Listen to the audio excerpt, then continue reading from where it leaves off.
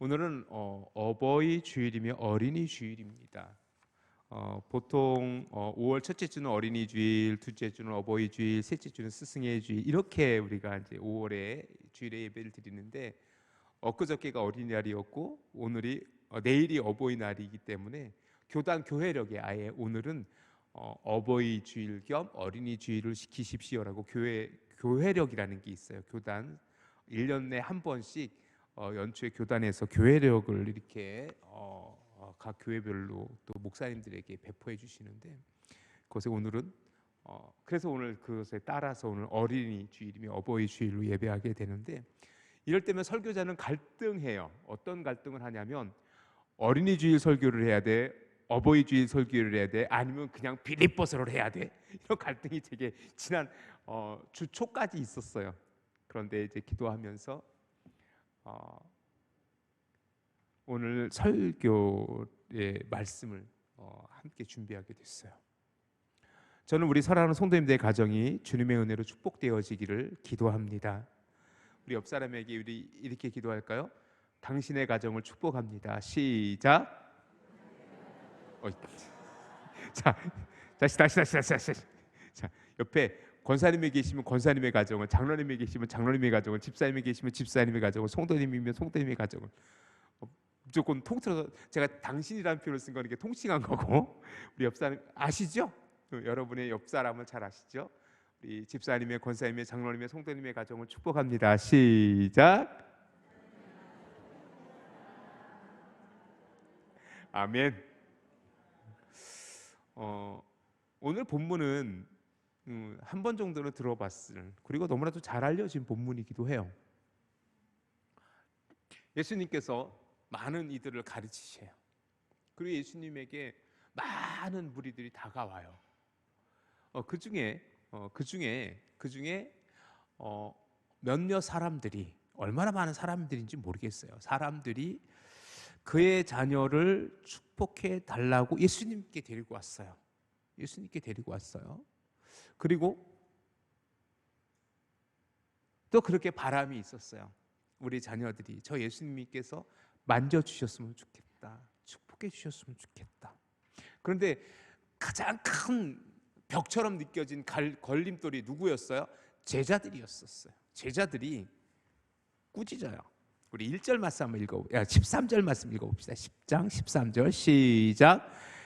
사람들이 예수께서 만져주심을 바라고 어린 아이들을 데리고 오매 제자들이 꾸짖거늘, 여기서 꾸짖거늘이라는 단어가 시제적으로 보면은 그냥 한 번 꾸짖고 마는 게 아니라 여러 번 꾸짖는 진행형 같은, 과거 진행형이라고 해요.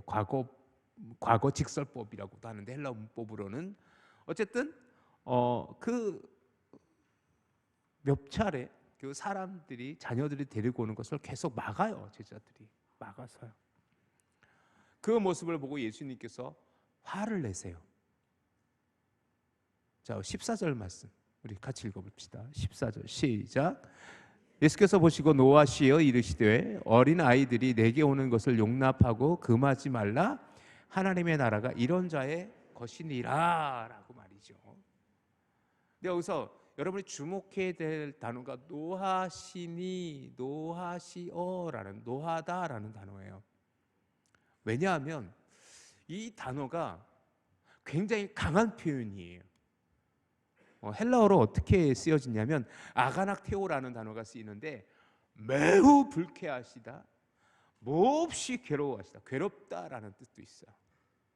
즉 화를 내시는데 엄청나게 화를 내시는 거예요. 그래서 노하다라는 표현으로 써 있어요. 그냥 제자들에게 너네 왜 그래? 그렇게 하지 마. 이게 아니라 불같이 화를 내시는 거예요. 이 표현을 어떻게 할지 모르겠는데 예수님께서 굉장히 격노하셨어요. 그것이 아가낙테오라는 단어의 뜻이에요. 성경에서 몇 차례 예수님께서 화를 내신 적이 있어요. 예수님께서도 인간의 성품을 그대로 가진지라 화도 있으셨어요. 언제 가장 분노를 내셨죠? 그 사두개인, 바리새인, 제사장들의 그 회칠함, 서기관들 같은 그 외식된 믿음의 모습도, 회칠한 무덤 같은 그들을 향하여 독사의 자식들아라고 해서 막 화를 내시기도 했었어요. 그 예수님께서 성경에서 마태, 마가, 누가, 요한복음에서 화를 가장 극도로 화를 내셨던 장면이 또 어디 있어요? 바로 성전에서, 6월절에 성전에서 환전상과 그 재물에 드릴 동물들을 사고 팔았던 그 사람들을 향하여 상을 둘러보시면서 하나님의 전을 너희가 강도의 구렬로 만들 것이냐라고 하면서 극도로 화를 내셨어요. 그리고 때로 제자들이 꾸짖을 때가 있지만 그건 화냈다라는 의미는 아니에요. 그냥 책망했다, 꾸짖다, 그들에게 충고하다 이런 정도의 의미지, 이렇게 매우 불쾌하게 여기다, 몹시 괴로워하다 이런 단어로 사용되지는 않았어요. 그러고 보면 예수님께서 이렇게 화내실 일인가, 그 정도로 이 아가낙테오라는 단어가 그런 뉘앙스예요. 굉장히 화를 내신 거예요. 화를 내신 거예요. 그럼 왜 화를 내신 거죠?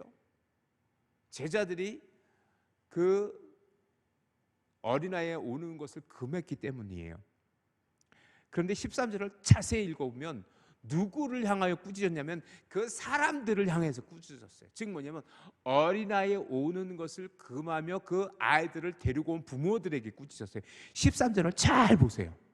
13절을 잘 보면 사람들이가 주어예요. 사람들이 예수께 만져주심을 바라고 어린아이들 데려오매 제자들이 꾸짖거늘, 누구를 꾸짖? 아이들아 가라가 꾸짖는 게 아니라 오늘 본문을 정확히 보면 뭐예요? 그 아이들을, 부모를 데리고 온 부모들을 꾸짖었다라고도 이해할 수 있어요. 그리고 또 한 가지 뭐냐면 예수님께서 그 어린아이들이 예수님께 가까이 옴을 제자들이 제어한 것에 대해서 예수님께서는 뭐라고 말씀하셨어요? 제자들에게 너희가 지금 제어하고 그 부모들에게 뭐라고 하는데 그 어린아이와 같이 하나님 나라를 받들지 않으면 하나님 나라로 갈 수 없다. 너희의 믿음이 되려 저 어린아이와 같아야 돼 라고까지 말씀하세요. 그럼 어린아이의 어떠한 모습이 예수님에게 이러한 믿음의 어떤 또 다른 모습으로 이야기되어지고 있는가는 한 번 더 설교를 해야 돼요. 오늘 이 얘기까지 하면 설교 시간이 부족하니까 이건 좀 넘어가는 걸로 하고, 어쨌든 예수님께서는 지금 그 어린아이를 데리고 온 부모들, 그 부모들을 제어하는 제자들, 그 아이들이 오는 것을 막아선 제자들을 향하여 분노하고 꾸짖었는데 그것을 예수님께서는 원하지 않으셨던 것이죠. 되려 예수님께서는 13절에 이렇게 돼 있어요. 13절에 그 어린아이들을 안고 그들 위해 뭐 하셨고? 안수하고 축복하시니라. 그 아이들을 축복해 주었어요. 자, 저는 오늘 여기서 주목하고 싶은 것은 어린아이를 축복하신 예수님이 아니라 그 어린아이를 데리고 왔던 부모들의 모습, 그 사람들, 여기서 오늘 13절에 사람들이라고 표현되어지는 그 사람들을 주목하고 싶은 거예요. 그 사람들은 그 자기 자녀들이, 그 어린 아이들이 예수님께서 축복해 주시기를 바라는 마음으로 데려왔던 거예요. 그래서 때로는 제자들에게 제지당하고 때로 꾸지람도 들었어요. 제자들이 그러면 왜 그렇게 어린아이들을 막았었던 거지요? 그 당시 원래 아이들에 대한 인격은 중요하지 않았어요. 인격체로서 대우받지 못했어요. 제자들은. 아시죠? 예수님 시대 때 어린아이들은 하나의 인격체로서 인정되어지지 못했고 그저 무시되어지는, 엄밀히 말하면 부모의 소유물 정도로밖에 이해되어지지 않았던 시대들이잖아요. 그런 시대에도 그 어린아이들이 소외되고 인격적으로 존중받지 못했던 시대였음에도 불구하고 그래도 그 부모라는 존재들은, 그 부모라는 사람들은요, 그 어린아이들이 예수님에게 축복받길 원했던 오늘날 우리 부모들의 마음과는 전혀 다르지 않다라는 거예요. 되려 똑같다라는 거예요. 사랑하는 성도 여러분, 여러분의 자녀들이 하나님으로부터 복받길 여러분도 원하십니까? 혹시 이렇게 대답이 시원찮아서 혹시 제가 높아심에 여쭤봅니다. 혹시 우리 자식들은 하나님의 복 필요 없어요 라고 생각하시면 손 들어보세요. 우리 자식들은 알아서 잘 살아요. 하나님 복 따위 그런 것 따위는 필요치 않아요 라고 생각하시면 손 들어보세요. 없죠? 그럼 다시 한번 여러분에게 축복합니다. 여러분의 자녀들이 하나님의 복으로 충만케 되어지길 주님의 이름으로 축원합니다. 그렇죠? 근데 우리 성도님들 지금 이 자리에 앉아 계신 성도님들 중에 여러분의 그 자녀들이 믿음 생활을 잘하고 지금 대부분 어린 자녀들 키우는 가정도 있어요. 어린 자녀를 키우는 가정도 있지만 대부분 우리 성도님들 중에는 많은 가정이 이미 결혼을 하고 가정을 따로 세워가고 있어요. 그럼에도 불구하고 여러분이 우리 옛날식 표현은 솥단지 따로 걸었다고 해서 그 아들이 내 아들 아닌 거 아니잖아요. 그 딸이 내 딸 아닌 거 아니잖아요. 여전히 여러분의 슬아있는 자녀들인 것 여러분 동의하시죠? 그 자녀들을 위해서 여러분은 어떻게 하실 거냐고요. 이제 그 얘기하는 거예요. 믿음의 가정을 세워가기 위해서 이제는 우리는 어떻게 오늘 예수님께서 축복하길 바라며 그 자녀들을 데리고 왔던 그 사람들, 이름도 없어요. 그냥 사람들이라고 표현된 그들의 모습 속에서 우리들은 무엇을 교훈받아야 되고 우리는 지금 믿음의 부모로서 어떻게 살아가야 되는지에 대해서 한번 진지하게 고민하는 이 시간 되어지기를 주님의 이름으로 간절히 부탁드립니다. 믿음의 부모로서 지금 해야 될 일은 무엇인가? 라는 거예요. 머리 다 컸고 솔직히 솥단지 다 따로 걸고 있고 이미 가정을 다 세우고 있는 이미 장성한 되려 이제 내가 봉양받아야 될 그 위치에 있을 그렇지만 그럼에도 불구하고 제가 우리 성도님들에게 간곡히 부탁드리는 것은 영적인 부모로서의 사명을 감당하시기를 주님의 이름으로 간절히 부탁드립니다. 영적인 사명은 여전히 여러분에게 유효한 거예요. 영적인 사명을 여러분은 감당해야 돼요. 그럼 여러분은 어떻게 살아가야 될 것입니까? 1번 첫 번째 우리 같이 한번 읽어봅시다. 시작. 믿음의 본이 되어 우리들의 자녀들에게 믿음을 심어주는 것입니다. 우리 장로님께서 기도하셨던 것처럼 지금 여러분이 지금 믿음의 본을 보이며 믿음의 삶을 살아가는 거예요. 이것보다 중요한 건 없어요. 이것보다 중요한 건 없어요. 자녀들에게 여러분은 지금 어떻게 보여주고 있습니까? 여러분은 그 자녀들을 위해서 최선을 다해 양육했고 지금도 자녀들을 양육해 가고 있고 지금도 그 자녀들을 사랑하시잖아요. 그런데 그 자녀들을 축복할 수 있는 최고의 방법은 뭔지 아십니까? 지금 여러분이 믿음 가운데 온전히 서 있는 거라고 저는 믿습니다. 그 믿음의 모습을 보며 여러분의 자녀들이 믿음의 계대를 이어가는 축복을 누려갈 수 있기를 주님의 이름으로 축원합니다. 꼭 기억하실 것은 무엇이냐면 여전히 내가 주님의 은혜 안에 살아가는 거예요. 내가 주님의 복을 누려가며 살아가는 부모 세대의 모습이 되어줘야 돼요. 여러분이 무엇을 남기실 건데요? 여러분의 자녀들에게 무엇을 남겨주실 건데요?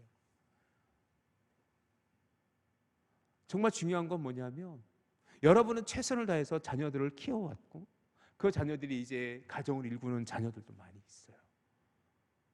또 이제 가정 일궈가야 될 자녀들도 있고 여전히 부모의 슬하에서 자라가는 자녀들이 있어요. 그 자녀들에게 여러분이 해줄 수 있는 최고의 것은 무엇입니까? 그것이 믿음이기를 주님의 이름으로 축원합니다. 조금만 생각해 보세요. 지금도 자녀들 잘 되라고 그 중학교, 고등학교 학생들을 키우는 부모들은 어때요? 최선을 다해서 공부 가르쳐요.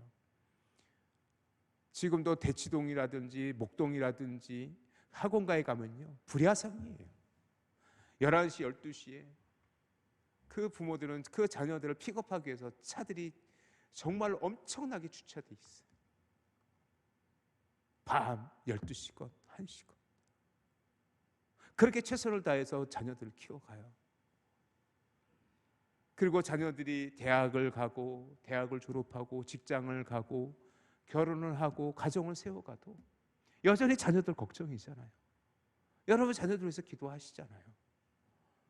그런데 정작 중요한 것은 뭐냐면 자녀들에게 믿음의 본으로서 자녀들을 믿음으로 양육하고 있냐라는 것이죠. 그거보다 더 중요한 것은 없습니다. 그러게 여러분, 오늘 다시 한번 여러분에게 간곡히 부탁드립니다. 여러분이, 제가 믿음의 본이 되어지는 부모가 되어질 수 있기를 주님의 이름으로 축원합니다. 잠언서 22장 6절에 이렇게 기록되어져 있어요. 마땅히 행할 길을 아이에게 가르치라. 그리하면 늙어도 그것을 떠나지 아니하리라. 정말 마땅히 행할 길이 뭐냐고요? 여러분은 무엇을 가르치고 있어요? 무엇을 여러분은 자녀들에게 본으로 보이고 있습니까?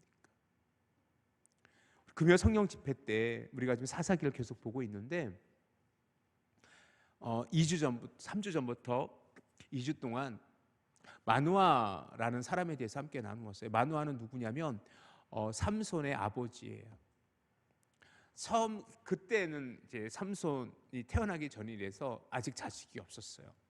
그 삼손의 아버지가 마누아고 마누아의 어머니 이름도 없어요. 어느 날 하나님의 사자가 마누아의 부인에게, 즉 삼손의 어머니에게 이름도 기록되어 있지 않은 삼손의 어머니에게 먼저 나타나서 내가 앞으로 이제 아들을 낳을 거야. 그 아들을 키우는데 포도주나 독주를 먹지 말게 하고 머리를 삭도를 머리에 대지 말고, 즉 머리를 자르지 말고, 그리고 시체를 가까이 하지 말고 부정한 것을 하지 말게 해라고 나시린의 규정을 이야기해. 너는 그 아이는 나시린으로 태어날 거야라고 규정을 해요. 그 소리를 듣고 아내가 남편에게 이야기해요. 하나님의 사람 같은 사람이 와서, 여호와의 사람 같은 사람이 와서 내가 아들을 낳을 거라고 얘기해 줬어요. 그래서 마누아가 어떻게 기도하는지 아십니까? 사사기 13장 8절, 우리가 금요 성령 집회 때 잠깐 나눈 말씀이지만 우리 13장 8절, 사사기 13장 8절 말씀만 우리 다시 한번 읽어보도록 할게요. 우리 같이 한번 읽어봅시다. 시작. 마누아가 여호와께 기도하여 이르되 주여 구하옵나니 주께서 보내셨던 하나님의 사람을 우리에게 다같이 오게 하사 우리가 그 낳은 아이에게 어떻게 행할지를 우리에게 가르치게 하소서 하니. 빨간색으로 된 것만 다시 한번 읽어보세요. 빨간색 글씨만. 우리가 시작. 우리가 그 낳을 아이에게 어떻게 행할지를 우리에게 가르치게 하소서. 즉 뭐냐면 마누아는요, 무엇을 알 수 있냐면 그 당시 그 아내가 그때까지 아기를 못 낳고 있었어요. 마누아와 그의 아내는. 그런데 어느 날 아내가 남편에게 여보, 하나님의 사람 같은 분이 와서 내가 아들을 낳을 거래요. 그런데 마누아는요, 그 아내의 말을 무시하지 않아요. 그래요? 무슨 헛소리야, 우리가 여태까지 애를 못 낳는데 갑자기 무슨 소리야. 그렇게 하지 않아요. 아내를 존중해요. 그래요? 우리 기도합시다. 그럼 기도해요. 어떻게? 믿어요. 아내를 통해서 들은 말을 마누아는 믿어요. 그리고 어떻게 기도해요? 우리가 낳을 아기를 어떻게 대해야 할지, 어떻게 키워야 할지 가르쳐달라고. 그래서 그 하나님의 사람을, 당신이 보낸 그 여호와의 사람을, 하나님의 사람 같은 분을 다시 내게 보내주십시오. 다시 내게 보내주셔서 나로 그걸 알게 해주십시오라고 기도하고 있잖아요. 마누아의 믿음이 얼마나 멋있어요. 저는 여러분에게 이렇게 도전을 드리고 싶어요. 여러분, 여전히 여러분의 자녀들이 믿음 가운데 있다면 정말 감사한 일이지만 그 믿음을 흔들리지 않게 해달라고. 그리고 내가 여전히 내 자녀들에게 내가 어떻게 믿음의 부모로서 행하는지 하나님 나에게 지혜를 달라고, 내가 하나님 믿는 온전한 믿음으로 서 있게 해달라고 기도할 수 있는 저와 여러분이 되어질 수 있기를 주님의 이름으로 축원합니다. 그것이 여러분이 여러분의 자녀들에게 주실 여러분이 믿음의 부모로서 행할 일이라는 것을 여러분이 기억하시길 주님의 이름으로 축원합니다. 두 번째는 뭐냐면, 여러분 자녀들에게 믿음의 비전이 나누어지는 그런 은혜가, 그런 부모님이 되시길 주님의 이름으로 축원합니다. 우리 2번 한번 같이 한번 읽어볼까요? 시작. 하나님의 꿈을 심어 주어야 합니다. 여러분이 믿음의 부모로서 해야 될 것은 뭐냐면 긍정의 메시지를 전해야 되는 거예요. 부모에게 자녀들은 늘 불안해요. 잘할 수 있을까? 그렇지만 뭐 하면 돼요?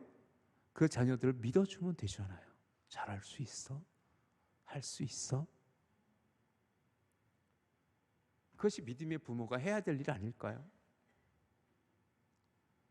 때로 실패할 수 있어요. 자녀들이 넘어질 수 있어요. 그럴 때마다 에이구 저놈의 시기 그러게 안 된다고 했잖아 라고 할 것이 아니라 조금만 믿어주자고요. 때로 부모의 생각과는 다른 계획을 갖고 있을 수도 있어요. 여러분의 생각과 다른 길을 갈 수 있어요. 자녀들이. 그럴 때 여러분이 그 자녀들을 믿어주고 또 긍정의 메시지를 나누고 또 하나님의 비전을 함께 나눌 수 있다면 그것이 진정한 믿음의 부모의 모습이지 않을까요? 여러분 우리 교단의 기독교단 선교교회 그 신학적인 토대는 요한 웨슬레라는 분의 신학에서 출발되어져요. 요한 웨슬레가 감리교 창시자로 알려져 있고 또한 우리 선교교회도 요한 웨슬레 신학을 선교교회 주요 신학적인 토대로 그렇게 고백하고 있는데 그 요한 웨슬레의 어머니 수산나 웨슬레라는 분을 여러분 아십니까? 이 수산나, 수잔나 혹은 수산나라고 발음되어지는 이 웨슬리 이렇게 생기셨어요. 그는 자녀가 18명이었었어요. 8명이 아니고 18명. 그런데 그 수산나 웨슬리는요 언제나 자녀들에게 이렇게 얘기했대요. 같이 한번 읽어봅시다. 시작. 너는 하나님의 자녀다. 너는 위대한 사람이야. 너는 할 수 있어. 하나님이 너와 함께 하시면 너는 할 수 있다 라고 끊임없이 이야기해 주었대요. 그리고는 위대한 복음 전도자 웨슬리는요 엄밀히 말하면 신학자이기도 하지만 복음 전도자였어요. 세계는 나의 교구다라고 선포하며 영국 전역을 다니며 복음을 전했던 사람이 요한 웨슬레예요. 그 요한 웨슬레의 어머니 수산나 웨슬레 늘 할 수 있다라는 메시지. 하나님이 너와 함께 할 수 있으면 함께하면 되라고. 그리고 요한 웨슬레만 우리가 알고 있는데 찰스 웨슬레라는 형제가 있어요. 요한 웨슬레의 동생이기도 한데 이 찰스 웨슬레 형인가? 형인지 동생인지 헷갈리긴 하네요. 어떻게 요한 웨슬레 형제가 찰스 웨슬레라는 분이 있어요. 찰스 웨슬레. 찰스 웨슬레는 여러분이 잘 못 들어보셨을지도 몰라요. 그런데 우리 찬송가에는요 찰스 웨슬레 곡이 되게 많이 들어가 있어요. 만입이 내게 있으면 이 찬양도 전부여 의지 없어서 이 찬양도 나 맡은 본부는 이 찬양도 다 직접 찰스 웨슬레가 직접 작사한 곡들이에요.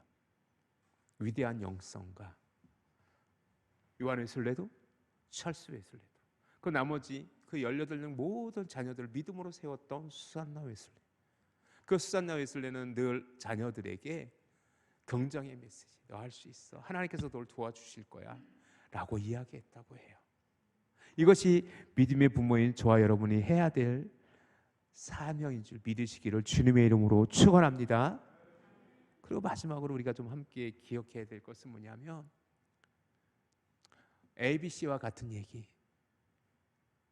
믿음의 부모라면 너무나도 당연히 따라오는 이야기 3번 시작.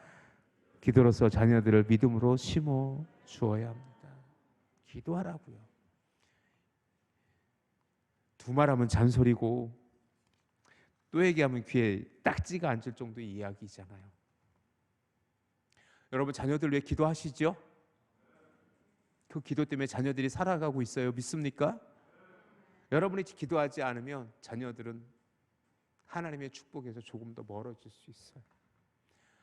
여러분이 끝까지 이 땅에서 믿음의 부모로서 해야 될 마지막 사명이 있다면 기도의 사명인 줄 믿으시길 주님의 이름으로 축원합니다. 기도해야 돼요. 기도해요. 기도하면 딱 떠오르는 사람 한 명 시작. 안 떠오르세요? 기도하면 딱 떠오르는 여인 한나. 오늘 시온 찬양대 요게벳도 멋진 믿음의 어머니셨고, 여러분 사무엘이라는 위대한 사람 알죠? 선지자였고 제사장이었고 마지막 사사였던 사무엘. 그 사무엘의 어머니 한나. 사무엘이 어렸을 때 한나가 서원 기도했던 것처럼 엘리 제사장이 있었던 실로에서 살아요. 거기에 성막이 있었어요. 그때에는 그 제사장에서 같이 살게 돼요. 하나님께 드렸기 때문에. 그리고 한나는 언제 그 사무엘을 만나러 가냐면 매년제를 드리러. 매년제는 대속죄일로 알려져 있어요. 1년에 한 번 큰 회개의 제사 대속죄일이 있었는데, 그때 그 성전에 올라가면서 한나는 사무엘을 위해서 무엇을 지어가냐면 세마포 에봇이라는 것을 지어가요. 자, 우리 성경 말씀 하나만 좀 찾아봅시다. 사무엘상 2장 18절에서 19절. 자막이 뜰 거예요. 우리 같이 한번 읽어봅시다. 시작. 사무엘은 어렸을 때에 세마포 에봇을 입고 여호와 앞에 섬겼더라. 그의 어머니가 매년 드리는 제사를 드리러 그의 남편과 함께 올라갈 때마다 작은 곳을 지어다가 그에게 주었더니, 여기서 어렸을 때 세마포 에봇을 입고 여호와 앞에 섬기고, 그 한나는 매년 제사를 드릴 때마다 겉옷, 작은 겉옷이라고 표현되는데 그 겉옷을 에봇으로 이해할 수 있어요. 에봇은 뭐냐면 대제사장이 하나님께 제사 드리기 위해서 입었던 옷을 에봇이라고 해요. 언젠가 제가 한번 보여드렸어요. 그런데 여기서는 세마포 에봇이라고 해요. 아직 정식 대제사장이 되어지지 않았고, 또 대제사장 엘리를 도와서 아마 제사를 섬기는 직분을 어린 사무엘이 감당했었던 것 같아요. 그런데 그 어린 사무엘이 입었던 옷이 세마포 에봇이었어요. 세마포는 가늘게 꼰 배실이란 뜻이에요. 성막을 짓는 성막의 주 재료이기도 했었어요. 여러분, 예수님께서 마지막 그 예수님의 시신을 쌌던 천이 세마포였었어요. 세마포는 굉장히 귀한 천이에요. 가늘게 꼰 배실이란 뜻이라고 그랬잖아요. 그것을 지어다가 입혔어요. 1년에 한 번씩. 그 한나를 생각해 보자고요. 참고적으로 그 한나와 한나의 남편 엘가나는요, 굉장히 부한 사람이에요. 부자였었어요. 그런데 한나는 그 1년에 한 번 그 아들 사무엘을 위해서 세마포 에봇을 지을 때 부자니까 하인들은 많으니까 하인한테, 야, 이제 내일 우리 아들 만나러 갈 거야, 가서 세마포 옷 하나 지어와 라고 했을까요? 아니었을 거예요. 아마 전 상상을 해봐요. 그 한나가 그 그 말을 잘라다가 곱게 잘라서 큰 실로 만들고 그 실을 가지고 하나의 옷을 짓기까지 얼마나 많은 공을 들였을까? 얼마나 기도했을까? 그래서 그 한나가 지어갔던 작은 겉옷, 그 세마포 에봇은 한나의 기도라는 것이요. 그 기도의 옷을 입혔다라고 영적으로 이해할 수도 있어요. 사랑하는 성도 여러분, 기억하십시오. 여러분이 여러분의 자녀들을 향한 믿음의 부모로서 마땅히 해야 될 정말 중요한 사명은, 너무나도 우리가 귀에 못이 박히도록 들었고 또 들었던 그 얘기 또 듣습니다. 기도하는 부모가 되어지기를 주님의 이름으로 축원합니다. 그럴 때 어떤 분은 아이고, 우리 목사님 또 그 소리 하네 라고 하실 수 있지만, 제가 지난 일주일 동안 오늘 설교를 준비하면서 그보다 더 중요한 일이 없더라고요. 그보다 더 중요한 일이 없어요. 믿음의 본을 보이고 말씀으로 비전을 나누고 할 수 있다라는 믿음을 나누고 기도해 주는 일 외에, 그래서 설교문을 다 작성해 보니까 약간 뻔한 거예요. 뭐 다 아는 내용인데. 그래서 기도했어요. 하나님, 성도님들 다 아는 내용일 텐데 또 설교해야 돼요? 그런 마음도 솔직히 없잖아 있었어요. 그래서 설교문 바꿔버릴까 그 생각도 있는데, 아무리 생각해도 이거보다 더 중요한 일이 없었어요, 제게는. 그래서 여러분이 잘 알고 있는 이야기이지만 또 한 번 이 아침 어버이 주일이 어린이 주일 이 아침에 여러분에게 또 한 번 말씀드립니다. 여러분이 믿음의 부모로서 행해야 될 일, 여러분도 잘 알고 있는 세 가지를 다시 한번 정리해 드릴게요. 첫 번째, 믿음의 본을 보이는 부모가 되어지기를 주님의 이름으로 축원합니다. 말씀으로 비전을 나누는 부모가 되어지기를 주님의 이름으로 축원합니다. 넌 할 수 있어 라고 말이죠. 전제가 있어야 돼요. 하나님이 함께 하시면 너는 할 수 있어라는 비전. 그리고 마지막으로 기도하는 부모가 되어지기를 주님의 이름으로 축원합니다. 이제 말씀을 마무리할게요. 그 예수님에게 그 자녀들을 데려갔던 그 사람들, 그 아이들을 예수님께서 축복하셨던 것처럼, 안수하여 축복해 주셨던 것처럼, 오늘 이 시간 저와 여러분의 자녀들과 자녀들의 가정을 오늘 우리 주 예수 그리스도께서 축복해 주시고 안수하여 주시기를 주님의 이름으로 축원합니다.